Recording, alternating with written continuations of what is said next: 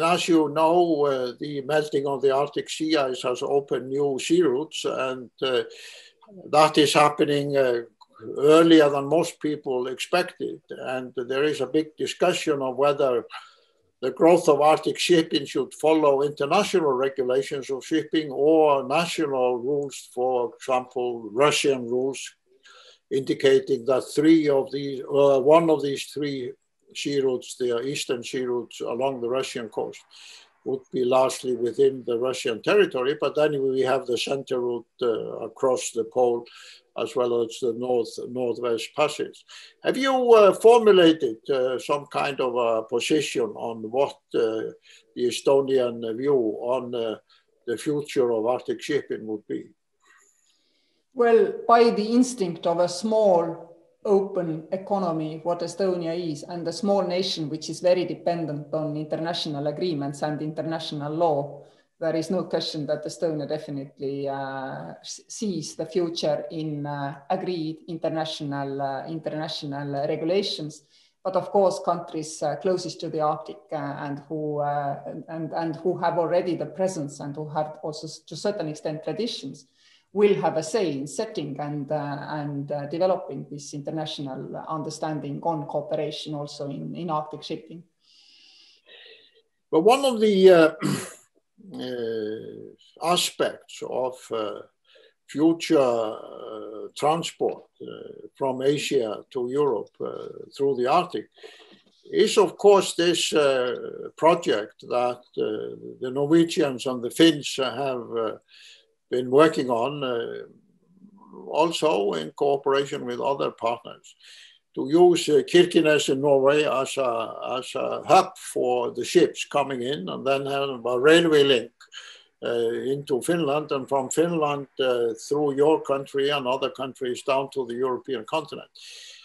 What is your view of mega projects of this scale that could make your country, your neighboring countries like Finland and Norway, a new type of global hub for the 21st century transport system that would emerge through the Northern Sea route?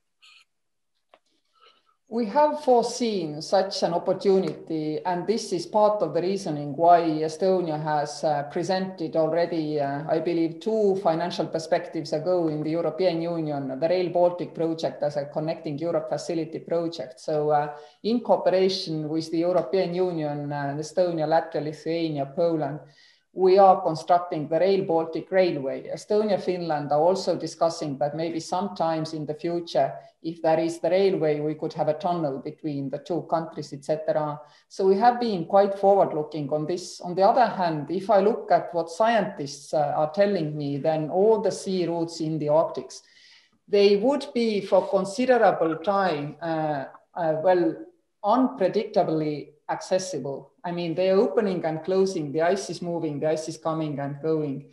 And we are not so close to having a reliable passage, and I'm not so sure I want to have, because after all, we want Arctic to retain its ice coverage as much as possible, even if we know that, I mean, right now things are looking relatively bad.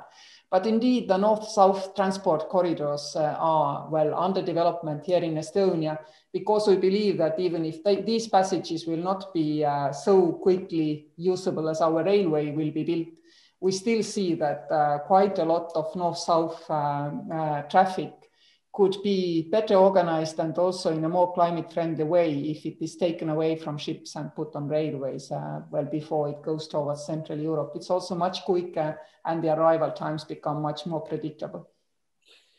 Well, there are many people, as you have indicated, that are skeptical about the emergence of these sea routes.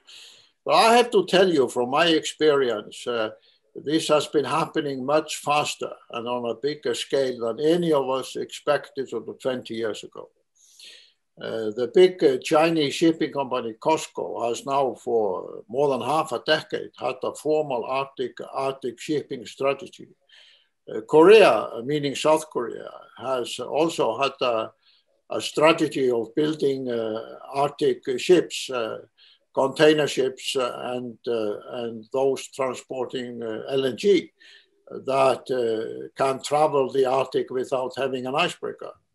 So you have the largest shipping company in China, you have one of the largest shipping countries in the world like South Korea, actively now investing big time in the future of Arctic shipping. And therefore, if you take Zapeta in Russia, which nobody of us had heard of sort of 5 years ago, and is now one of the major global LNG hubs, where there was just the frozen tundra before. Now there's a big harbor, and you have Japan, Korea, China doing energy business with Russia through this Arctic harbor. If we look at all of that, the fact of the matter is that these things have happened quicker than even the most enlightened and the most informed people thought possible 10 or 20 years ago. So that is why I personally think countries like yours and mine, who could play a role in this new transport system, should actively start discussing and planning for this future before it sort of hits us hard.